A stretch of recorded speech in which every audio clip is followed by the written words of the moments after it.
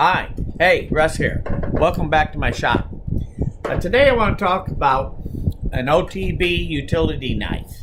Let me see. What the hell is an OTB utility knife? Well, let me show you.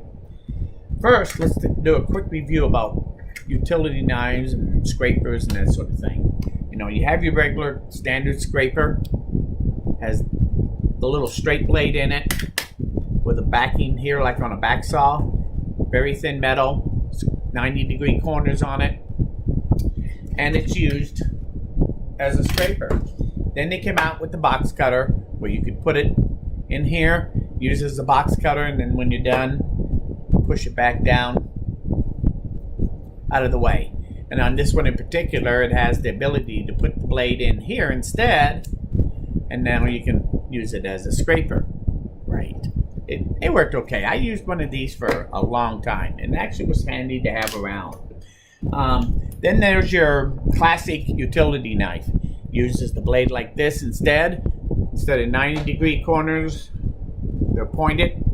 The metal is much heavier. No backing on it. And I took, and you know, you've seen those. They used utility knife. Classic example of a utility knife. This is the folding type. I have a bunch of different ones like this. So then one day I decided I wanted to clean up some scraping things. I do a lot of jewelry boxes. That's what I really like to do. And so I'm always having to get into inside corners, inside the boxes and things like that, cleaning up. And so what I did was I just took a small piece of wood and I cut a slot in it, and I crazy glued a razor blade in there. I didn't even make it straight. I just put it in there. It protrudes about this off this end, just a tiny bit. And I found that this thing actually worked real well as a scraper. I could put it down and drag it, and I could really get a nice glass surface after a few strokes from using this as a scraper. But I also found that I was trying to use it as a utility knife and a marker. I can sit here and grab it, but the point was not really out very far, and I think that was my first downfall. So version 1.0 finally is dull, time to make a new one. So I went and I made version number 2.0, and that's this one. And what makes this one better is I have my block of wood, and originally in my brilliancy I decided I was going to use set screws to hold the blade in so I could change the blade in and out instead of crazy glue. So I drilled a hole here and I drilled a hole here on each side to kind of sandwich the blade in the holder. That didn't work too well. So I said heck with that idea.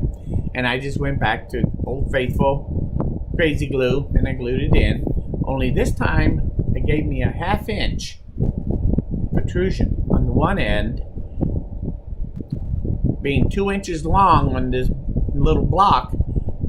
On this end it protruded about 1/4 inch, and so I took it over to my disc sander and made this edge 90 degrees to the blade.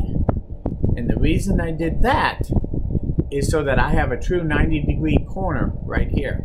So I have a pointed corner here and I have a 90-degree corner here, and that actually gives me a little bit more use out of this little utility knife. So first off, I can use it as a scraper still. I can just set it down. I reference this wood edge on my surface, and then I tip it up until the blade makes contact. And now when I grab and pull, I can scrape this thing nice and clean. And this thing works real well as a scraper. But I can also take and use it on inside corners, like inside the box here. I can get in here and reference the 90 degrees and get in the corner and do some cleanup, or get in there freehand with the protruding end. And this is nice size to get into the little tight small places like this. So it worked pretty well. But that's not all you can do with this little utility knife. Let's say, for example, you're working on a tenon, and you cut your tenon, and you have to clean it up, the shoulder and the cheek. So imagine this is your tenon, this is your cheek, and this is your shoulder with your 90-degree corner, inside corner. Because this is 90 degrees here, that blade is exactly 90 degrees to the cheek. So if I turn it so that the blade is touching the shoulder and the flat edge is touching the cheek, I can come in here and scrape, and I can clean up the shoulder with my scraper, and I'm getting all the way down to the corner using my scraper.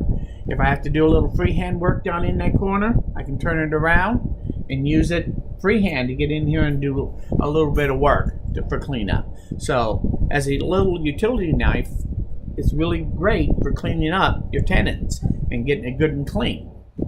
So you can use it also for cleaning up.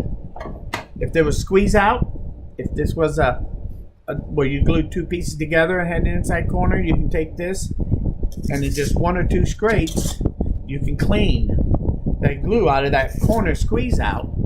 Or if you need to, you can turn it around and get just the pointed end in there to clean it out. So you can do a pretty fine detail of cleaning out glue as well as doing scraping. You can use it as a marking knife. I can take this, take my square, put this on my mark, bring my square up to it, and then make my knife line. And I have a nice crisp knife line accurately done using this little tiny utility knife, my OTB Utility Knife. So not only that, you can still also use it to cut things open and to cut things up. If I have to go in here, I can grab a hold of it and do a cut, open up a box. I can use this as any other little utility knife to open things up. So it's pretty handy. It's a nice size. I can take and use it for a lot of different things. And you know me, I like it when things multitask. And so it's a great little utility, easy to make. Once it gets worn out, I can just throw it away. But give it a try. 2 inches by 1 inch by 1/2 inch block, little tiny slot. Glue your piece in, square your end off, and you're ready to go. It doesn't take much. I want to thank you for stopping by. If you have any comments, please leave them below. Don't forget to like the video. And most importantly, come back again. We'll talk to you soon. Bye.